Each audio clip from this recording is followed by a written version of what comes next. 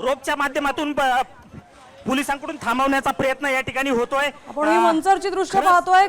शेतकऱ्यांनी आता पुणे नाशिक महामार्ग रोखलाय आणि तिथे कांद्याच्या प्रश्नाविरोधात समस्यांविरोधात आता आंदोलन पुकारलंय।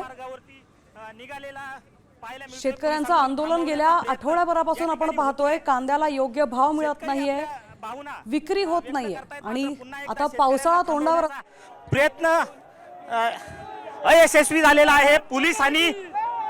पोलिसांनी शेतकऱ्यांची कुठेतरी बाचाबाची होताना या ठिकाणी पाहायला मिळते।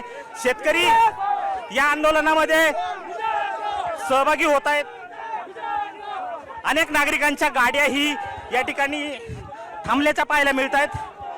थेट आता शेतकरी हे पुणे नाशिक महामार्गावरती दाखल झालेले आहेत आणि पोलिसांनी लावलेला बंदोबस्त तोडून हा शेतकरी या ठिकाणी दाखल झालेले आहेत।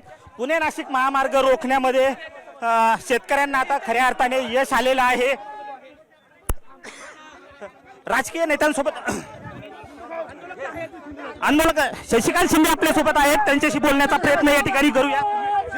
दादा, रोखण्याचा प्रयत्न केला जातो, बसा तुम्ही, तुम्हाला रोखण्याचा प्रयत्न केला जातो, घोषणा द्या।